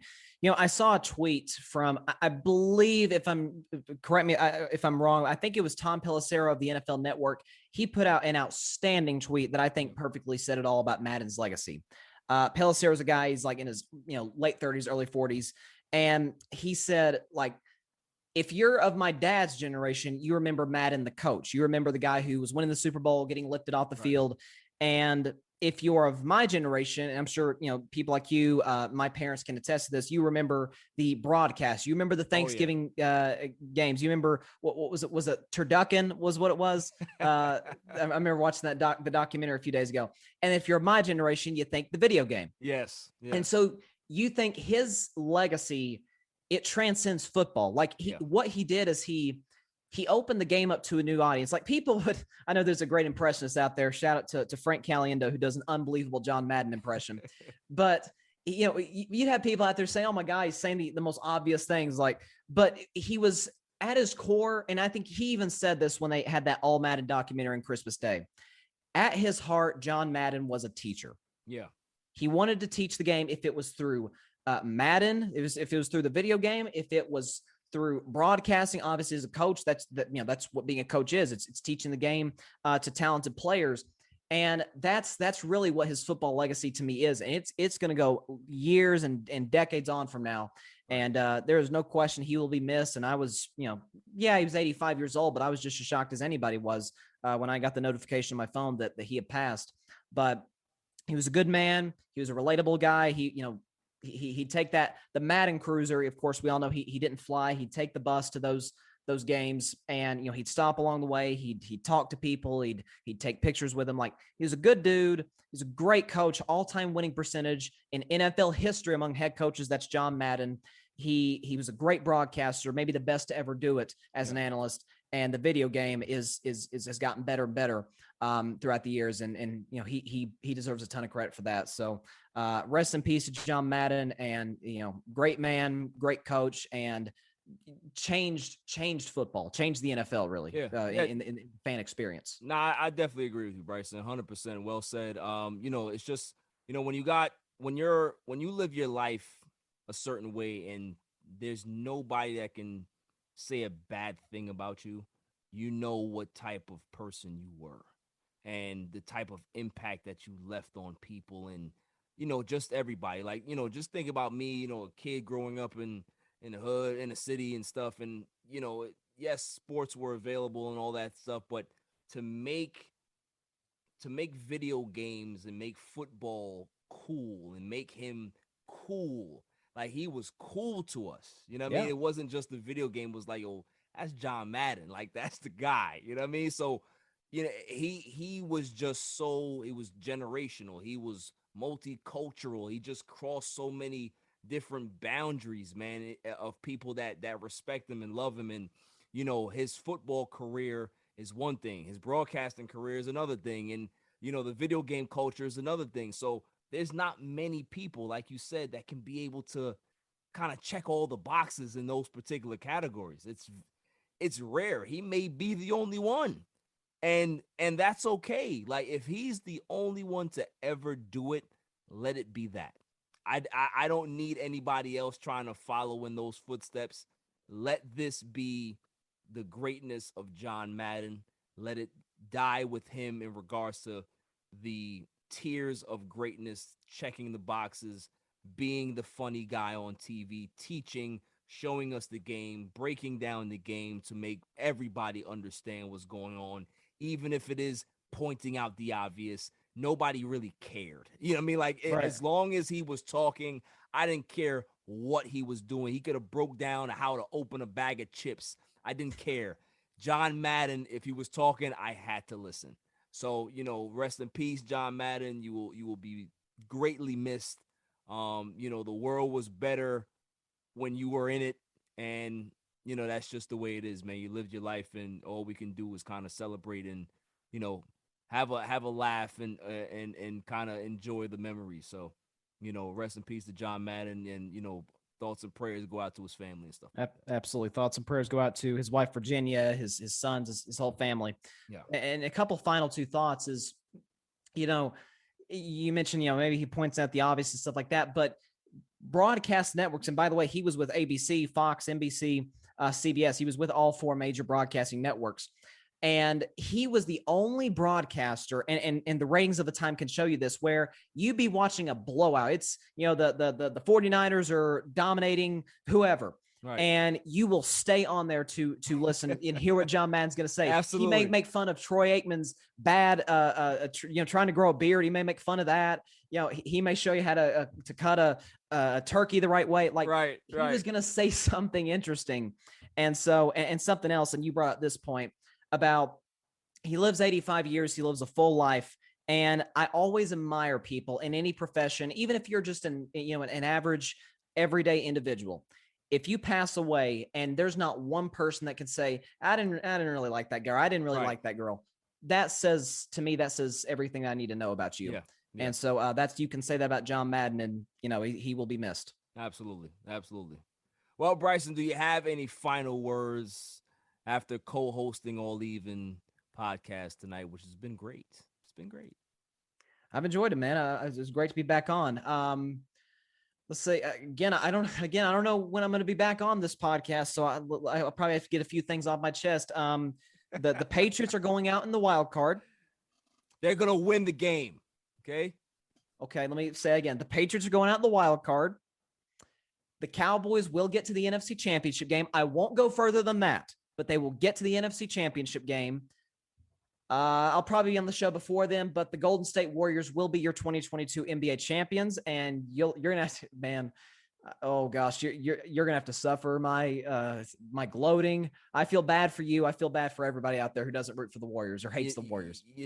I'm just may have to go missing. So it's possible. I can just not answer phones, not be on social media. You don't have to hear from me. If they win, you can gloat all you want. I can't be a part of that. I can't do it. Okay? I can't do it. But let me ask you a question. Would you be what would tear you apart more if the Golden State Warriors won the finals when you said I remember you did a podcast after they lost the playing game to Memphis. I remember this. And you said, yeah, they'll be good. Draymond, Steph, and Clay will be fine. They'll make it to the second round. They'll just kind of fizzle out. No. I told you what was going to happen.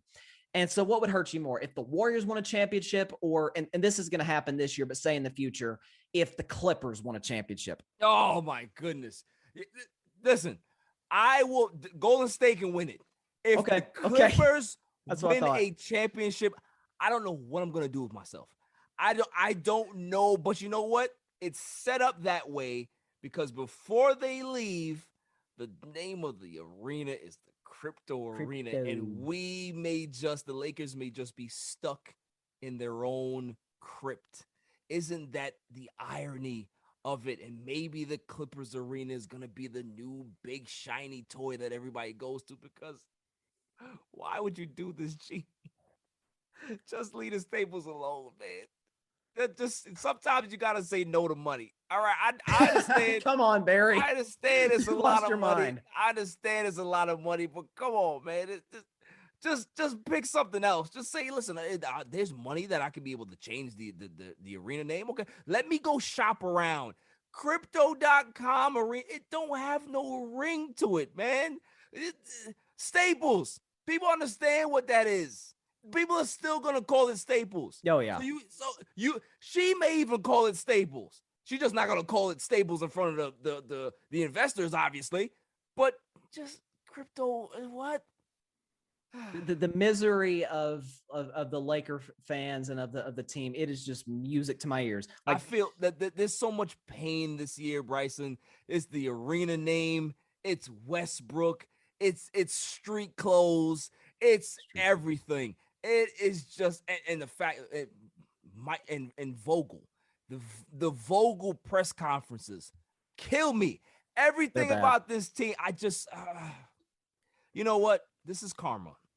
This has got to be karma, because when the Lakers won the championship, I gloated so bad, and I understand. I apologize. It's just when you haven't won in a long time, you have all this emotion that you got to get out. And all these people that doubted my team, and I had to say, look now. But I'm paying for it now. So. But hey, guess what? At least Westbrook got his triple-double. LeBron got one too. He did. Listen, I don't doubt LeBron. LeBron, I said before the year, he was the only thing I liked about this team. And even him, I'm worried about health at this point in his career. He's going to break down eventually, Bryson. I'm telling you, listen. And he's going to break down because of sadness. Has nothing to do with his body. It's just sadness that he has to wake up every day and play with Russell Westbrook. And then if Russell Westbrook isn't there, he has to look down the road and see somebody hobbling to the arena, somebody hobbling into practice. Oh, it's Anthony Davis. Just get off my line. This podcast is over. Up next, we're going to have the Dummy of the Week. The greatest segment on the planet, Dummy of the Week. So, look out for that. But Bryson, I appreciate you coming on, man. And, we'll definitely have you on again at some time. Yes, sir. I hope to be hearing a Barry Grant Jr. Southern accent very soon. I'm looking forward to that. It very may end up that way, and it's going to be brutal, but it'll be funny. So, yes, sir. Appreciate you having me on, brother. Big shouts to Bryson Carver, carving it up. Great show. Knows his stuff. I'm really not trying to do this bet, but, if it goes down, it goes down. It is what it is. Coming up after the break, the greatest segment on the planet, Dummy of the Week, on a Tuesday night. It's All Even. This is 𝐤𝐤𝐳𝐭, Gents and Gals. Just want to give a shout out to All Even Podcast, the best sports podcast out there. Keep up the amazing work. Also check us out at 𝐤𝐤𝐳𝐭 We're everyday apparel for cigar smokers. Let's get it. What's going on? What's up with you? It's your boy, the Candyman, the ALFRE to the D. It's your boy, Alfred from the Rap Lab Podcast. And it's the one and only True G. Just call me the QG from the Rap Lab Podcast. And you tuned in to All Even with Barry Grant. Boy, that shit crazy. Welcome back, y'all. So without further ado, the greatest segment on the planet, Dummy of the Week. Dummy, yeah. We pick candidates on Tuesday and Saturday, and then we pick the winner on that Saturday show. So, who is the first candidate for Dummy of the Week? May I have the drum roll, please? And the candidate is the Washington football team. The Washington football team is my candidate for Dummy, yeah. Because, ladies and gentlemen of the jury, listen to this. The Washington football team decides to bring their own benches to Dallas. Because Dallas did it to them. Not because Dallas wants to be pompous. Because they heard something going on that, there's not heated benches in Washington. So what does Dan Snyder do? He has to one-up Jerry Jones. And what ends up happening? They get the doors blown off of them 56-14. It gets so bad that two teammates on the Washington football team starts fighting each other. And mind you, they were teammates in college. And they over here putting their hands in each other's face. One swung and didn't even connect. Like it. Let me tell you something. When you get that mad at each other because you getting your ass bust by somebody else, that's how you know it's real. Like if somebody beats you up and somebody else is laughing, you're gonna go ahead and try to fight the person that's laughing rather than fight the person that just beat your ass. That's how you know you catch a sound beating. That's exactly what happened to the Washington football team. They couldn't get right. They benches got beat up. Players got beat up. They beat up each other. I'm sure there was a lot of players that were like, man, I heard Burger King. I heard Burger King is hiring because this got to be better than this. You know what I mean? Like we getting our ass bust out here, man. But it's just funny to see that a team can have this much confidence and the owner is putting the battery in their back and then they come out and lay an egg like that and then they turn on each other.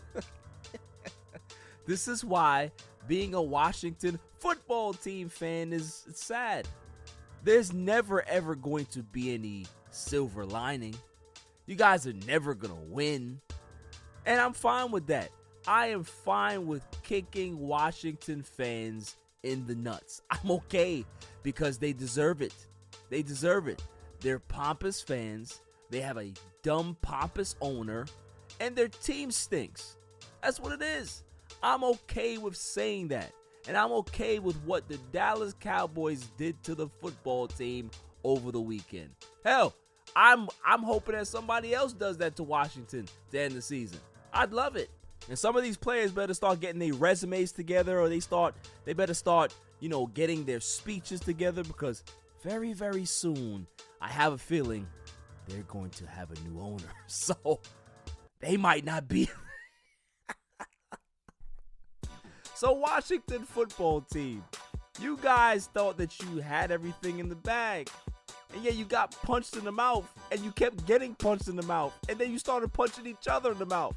So maybe you guys are the biggest losers right now, but possibly are winners for Dummy of the Week. That's all for this show.